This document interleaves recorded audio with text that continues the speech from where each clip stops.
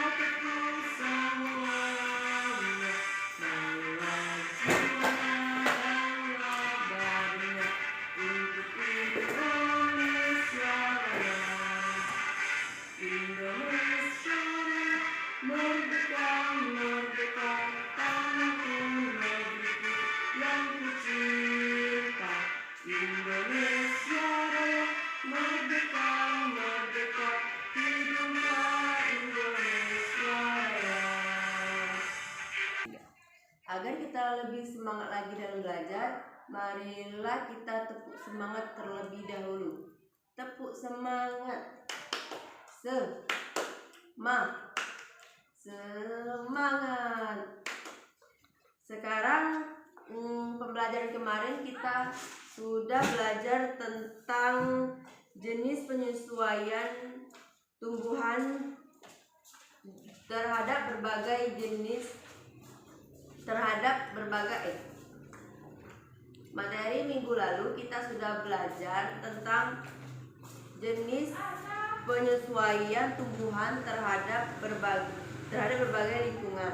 Nah, di sini ada ciri khusus perlindungan diri dari tumbuhan. Yang pertama, memiliki duri. Contohnya yaitu bunga mawar, kaktus, dan salak. Yang kedua, memiliki rambut. Contohnya yaitu bambu, jagung, dan tebu. Yang ketiga, memiliki daun yang tajam. Contohnya yaitu nanas dan kaktus. Yang keempat, menghasilkan getah. Contohnya sawo, pepaya, mangga. Yang kelima, menghasilkan racun. Tanaman yang menghasilkan racun yaitu buah jarak dan kecubung. Efek yang dihasilkan oleh buah jarak yaitu mual, muntah, halusinasi, pusing, gelisah, dan sesak napas. Nah, agar tumbuhan dapat beradaptasi untuk mempertahankan hidupnya di daerah tertentu. Di sini di halaman 19 ada tumbuhan terbagi menjadi 3 jenis. Yang pertama, higrofin,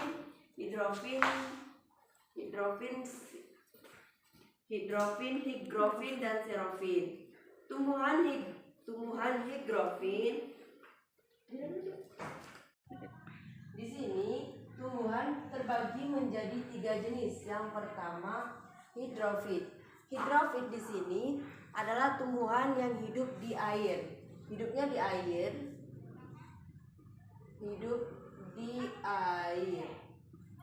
Nah, di sini daunnya berada di atas air dan akarnya berada di dalam air, contohnya yaitu kangkung, genjer, dan eceng gondok.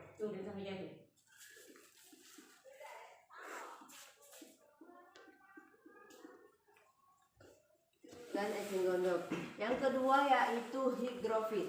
Higrofit adalah tumbuhan yang hidup di daerah lembab.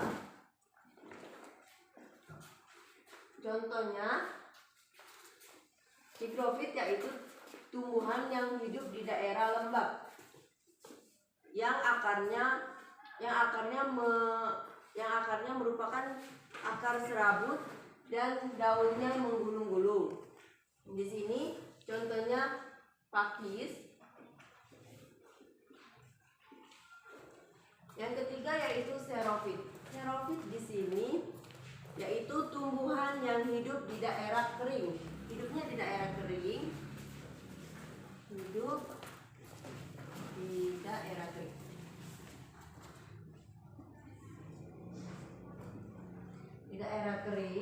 Contohnya yaitu lidah buaya,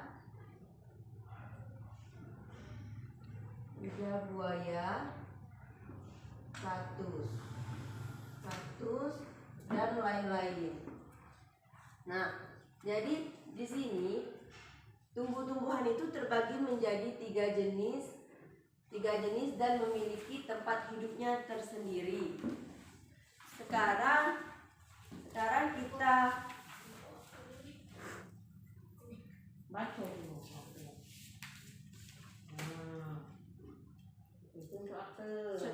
kita buka bukunya di halaman 21. Di situ ada peta pemikiran.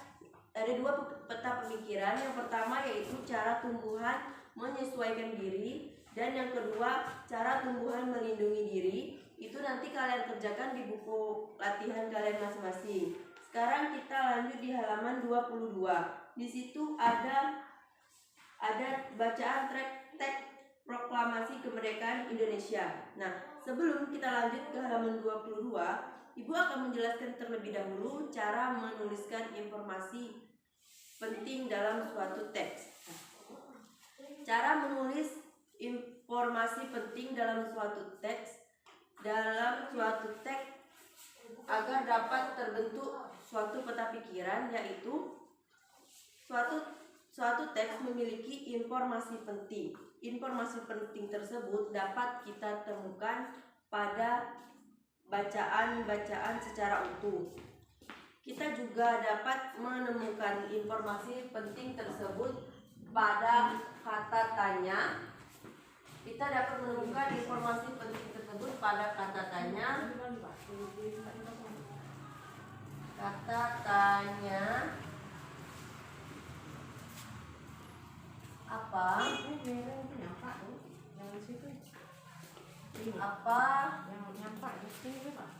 Di mana, kapan,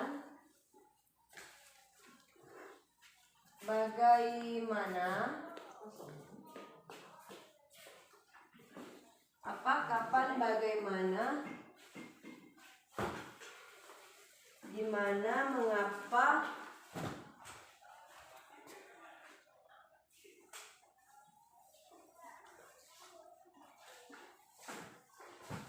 nah, kapan, di mana, kapan, dan bagaimana, mengapa. Nah, di situ kita dapat menemukan informasi penting dalam suatu teks bacaan agar kita dapat menentukan peta konsep dalam suatu tulisan. Baiklah, di halaman 24 itu nanti kalian kerjakan juga di buku latihan masing-masing. Sekarang kalian buka. Oh, sudah.